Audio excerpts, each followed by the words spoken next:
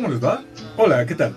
Soy Marco Baldo Lafoque Leopardo y en esta ocasión revisaremos un texto de Jorge Ibargüengoitia de su celebérrima Instrucciones para vivir en la Ciudad de México, uno que se llama Caminito de la Escuela, haciendo alusión a la canción de Cricri, y que, sin darle más vueltas, dice así: El puente de los asnos. Cuando hablo con personas más jóvenes que yo que pasaron por las mismas escuelas, llegamos irremisiblemente a la conclusión de que la época en la que yo estudié es, comparada con la actual, la edad de oro de la enseñanza. En efecto, muchos de mis profesores se han distinguido en la vida real. Uno de ellos es secretario de Estado, otro subsecretario, otro murió, y su nombre fue a dar en letras de oro en la entrada de un recinto público, etc. Otro de ellos, sin haber llegado a alguna cumbre burocrática o pública, han dejado huella en la educación mexicana. Son autores de libros de texto o inventaron nuevos sistemas de formular la regla de 3. Lo que quiero decir es que, vista desde lejos, la educación que recibí es de primera. Vista en detalle, en cambio, presenta serias deficiencias. Uno de los éxitos académicos más grandes que tuve en la primaria ocurrió cuando cursaba el 5º año. El profesor Farolito, llamado así porque se le encendían las narices cada vez que perdía la paciencia, cosa que ocurría 2 o 3 veces diarias, hizo una pregunta de geografía que no solo no recuerdo, sino que estudiando el mapa no puedo ni siquiera imaginar en qué consistió. Supongo que ha de haber estado formulada más o menos así: ¿Cuál es el río del Canadá que nace en las montañas N y desemboca en el lago M? Se la hizo a un alumno que estaba sentado en la primera fila. «¡El San Lorenzo!», contestó el interrogado.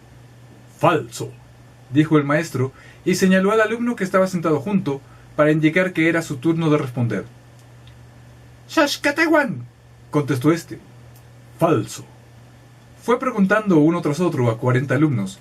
Todos ellos, que eran completamente imbéciles, dieron por respuesta una de las dos que ya estaban probadas falsas, hasta que por fin me tocó el turno de responder. «El Mackenzie», dije. Farolito casi se desmayó de gusto. «2 Ibargüengoitia», ordenó. Nunca logró pronunciar mi nombre correctamente. Me puso como modelo de aplicación, como ejemplo de que basta con poner atención a lo que se dice en clase para saber las respuestas. Mi triunfo hubiera sido más completo si no se hubiera ocurrido al profesor pedirme que explicara a mis compañeros cómo había yo llegado a la conclusión de que la respuesta correcta era Mackenzie. Yo expuse lo siguiente. Al hablar de los ríos del Canadá, solo se han mencionado 3 nombres: San Lorenzo, Saskatchewan y Mackenzie. Si usted ya había dicho que la respuesta correcta no era ninguno de los 2 primeros, tenía que ser el tercero. La nariz de Farolito se encendió. «2 a Ibargüengoitia». Yo era entonces un rollizo niño de 10 años que, si algo aprendí ese año, lo he olvidado.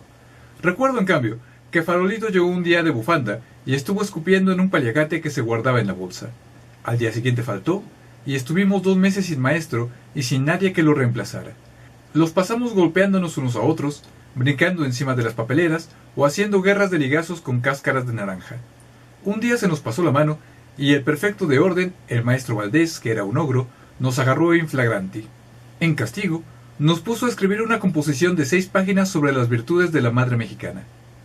«Nadie se va a su casa hasta que no estén llenas esas 6 páginas. Pueden comparar a la madre mexicana, que se desvive por sus hijos y va a todas partes cargándolos, con las costumbres de las madres norteamericanas, que llevan a sus hijos a una guardería y los dejan allí abandonados, mientras ellas se van a divertir y a tomar cócteles».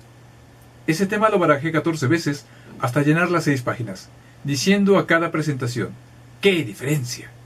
El día que regresó Farolito, cadavérico, de abrigo, bufanda y sombrero, apoyado en un bastón de un lado y del otro en su hermana, nos dio un gusto que nunca hubiéramos imaginado. Se acabó el desorden y volvimos a la normalidad. Es decir, seguimos sin aprender nada. En primero de secundaria, los rasgos fundamentales de este curso para mí fueron la aparición en mi vida del maestro Raspita, de aritmética. A la colaboración entre Raspita y yo se debe que yo nunca haya aprendido a sacar raíz cuadrada o raíz cúbica de un número. Esta deficiencia, que yo consideraba una desgracia, me persiguió hasta la escuela de ingeniería, en donde descubrí con satisfacción que el 70% de los maestros compartían mi incapacidad. Otro maestro famoso era el de geografía física. Era blasfemo. Nos escandalizó el día en que anunció que la Biblia estaba equivocada porque en la Tierra no había agua suficiente para producir el diluvio. El profesor de botánica Nos producía un terror completamente irracional, porque era muy buena persona. Sin embargo, no logró en su exposición conectar lo que estaba enseñando con la realidad. Prueba de esto es que nunca en mi vida he tomado algo entre las manos y he dicho, esto es dicotiledóneo. Uno de los profesores de la secundaria que recuerdo con mayor precisión es la Coqueta. Daba clases de historia universal, se sentaba en el borde del escritorio y apuntaba con una regla al alumno que había elegido por víctima. «Hábleme de la guerra de los 30 años». El otro empezaba a tartamudear. «Falso, sigue. Falso, sigue. Falso. Tiene 0. Siguiente». Cuando se enfadaba decía, «¡Ay, qué fastidio!». A pesar de que estudié su materia con gran cuidado y saqué 10 al final de año, todo lo que recordaba de la guerra de los 30 años al recibir la boleta es que había durado 30 años.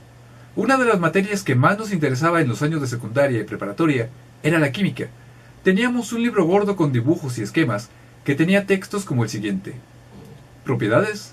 Es un líquido viscoso de color repulsivo que puesto sobre la piel produce escoriaciones. Es muy venenoso. Manera de obtenerlo. Bla, bla, bla. Las prácticas de laboratorio eran siempre un desastre. El maestro tenía una mesa de experimentos más elevada que las nuestras. Allí iba mezclando sustancias en una serie de probetas, hasta obtener en cada una de ellas un producto de un olor característico y sorprendente.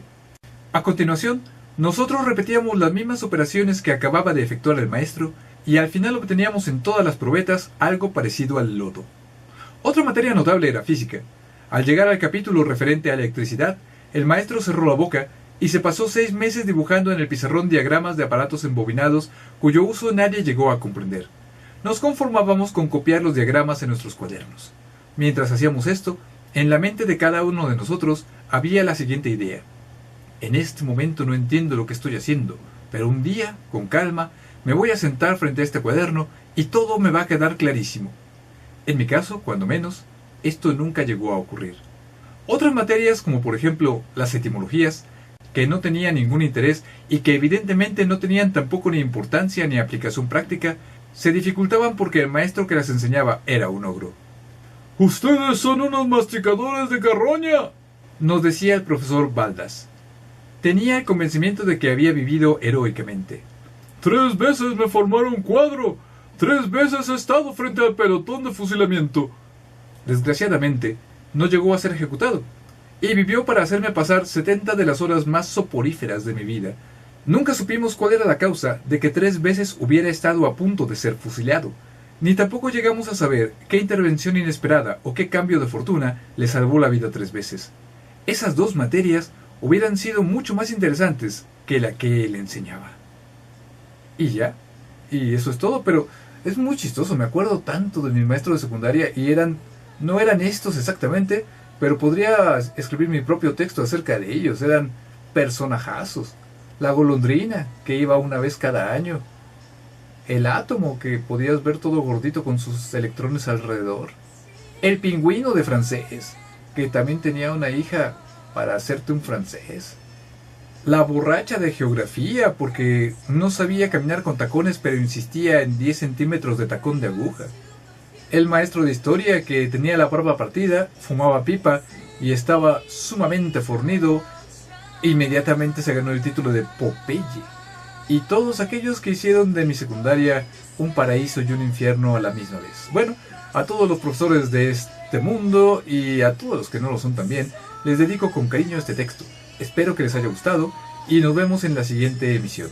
Abrazos para ellos, besos para ellas y al maestro, con cariño. ¡Mua! Supongo que ha de haber estado cortés. Se han mencionado 3 nombres: San Lorenzo, Saskatchewan.